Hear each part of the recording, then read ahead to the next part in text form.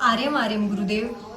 गुरुदेव, जैसा कि बहुत लोग कहते हैं कि वो बड़ा बिजनेस करते हैं या करना चाहते हैं, लेकिन उनका बिजनेस चलता नहीं है और वो किसी फ्रॉड के शिकार हो जाते हैं।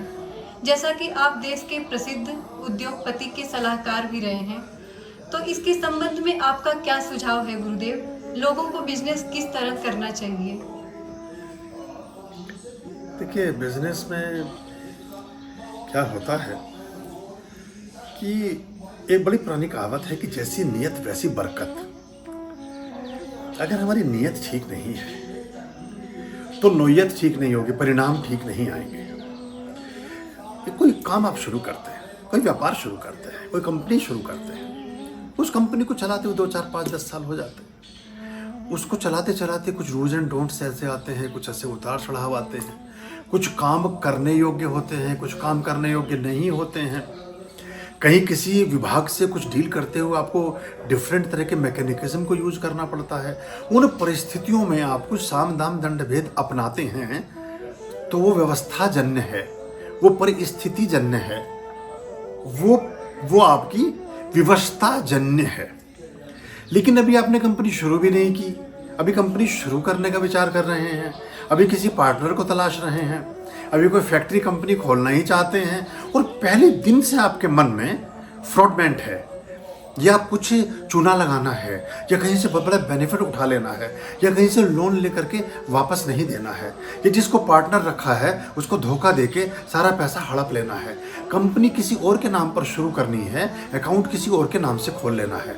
आप कोई अकाउंट अपने नाम पर रखना ही नहीं चाहते, किसी और के खाते में पैसा लेके कोई धंधा कर लेना चाहते हैं। आप कोई सरकार के नीति नियमों का, किसी तरह के प्रावधानों का कोई भी पालन नहीं करना चाहते हैं और किसी तरह की एक जंजाल में आप कुछ करना चाहते हैं। आप स्पष्ट रूप से सुनिएगा, आप कभी जीवन में कामयाब नहीं होंगे। पुनश्च आप कभी भी अपने जीवन में उस कार्य में सफल नहीं होंगे।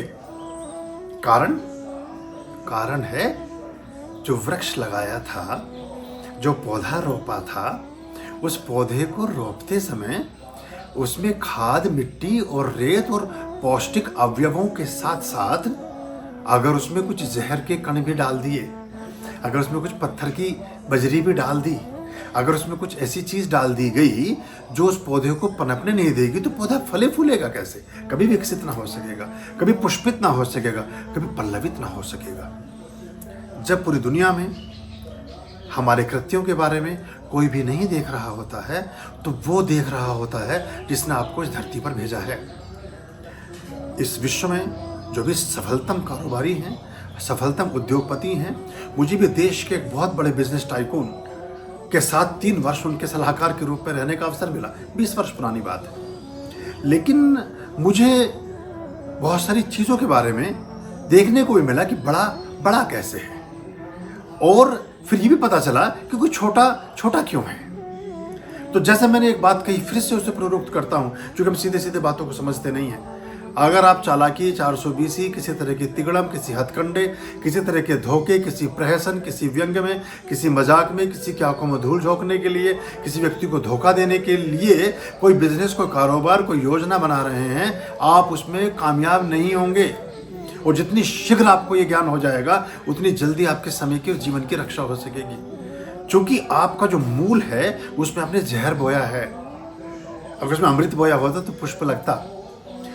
अगर आप नीति नियमों का, विधान का, विधि का, सब चीज़ों का, कार्य का पालन करते हैं, अपनी नीयत ठीक रखते हैं, अपना उद्देश्य ठीक रखते हैं, अपने साथ जुड़े हुए लोगों के हित के और भले के बारे में सोचते हैं, आपके यहाँ जो कर्मचारी कार्य करता है उसको समय पर वेतन की बात आप सोचते हैं, आप उसमें से उपार्जित आय में से कुछ लाभ और पुण्य को भी कहीं निष्कासित करना चाहते हैं, किसी को उस लाभ का अंश देने के प्रति आपके मन में कोई भाव छिपा हुआ है, आप परिश्रमी हैं, उस कार्यगत व्यवस्थाओं को ध्यान में रखे हुए हैं, और सरकार ने जो नीति नियम बनाए हैं, चाहे उसमें आपका जीएसटी हो, चाहे उसमें आपका सेल टैक्स, जितने भी तरह की चीज़ें हो सकती हैं, उन सब के प्रावधानों का भी ध्यान रखे हुए हैं, तो पूरी सरकारी मिशनरी आपके साथ खड़ी होती है। सूर्य ठीक हो गया, सरकारी मशीनरी ठीक होती ही आपके पेपर जब मजबूत हो जाते हैं तो आपको मानसिक रूप से विश्रांति प्राप्त होती है। चंद्रमा ठीक हो गया, जैसे ही आपने सोचा कि अब मैं व्यवस्था को ठीक करूंगा और परिश्रम के साथ कार्य करूंगा, तो मंगल और शनि ठीक हो गए।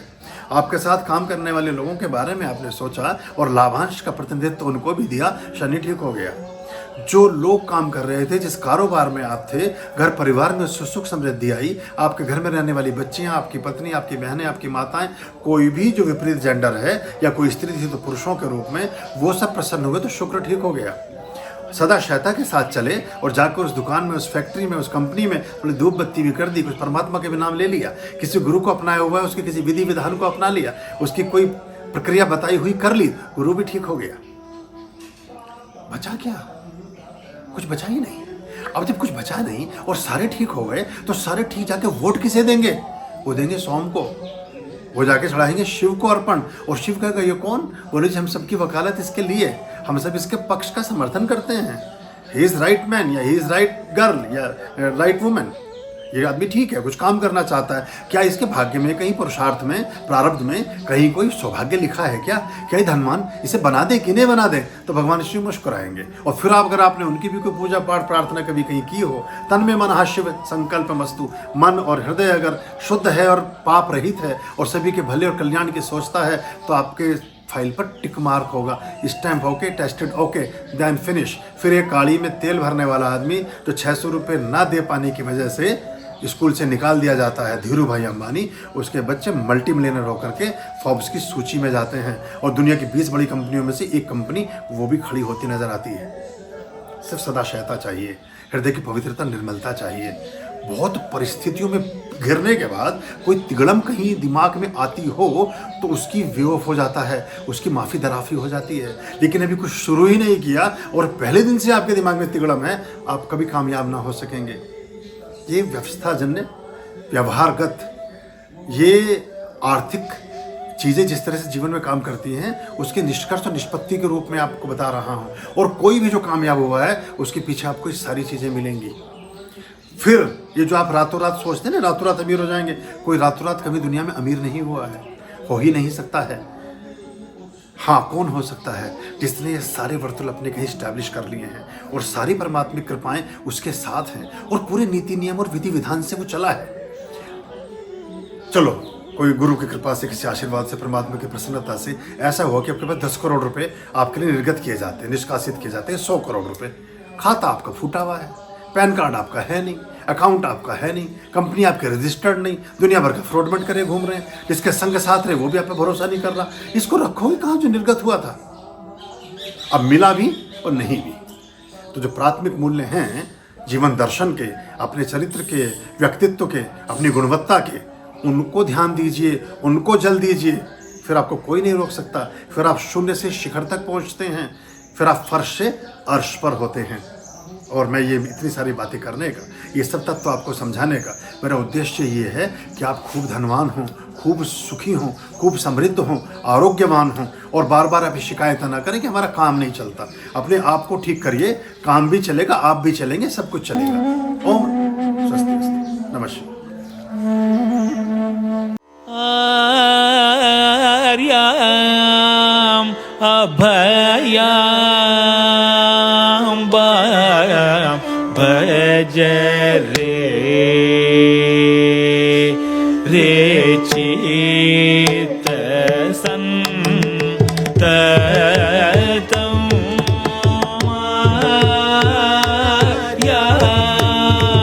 अभयाम भज रे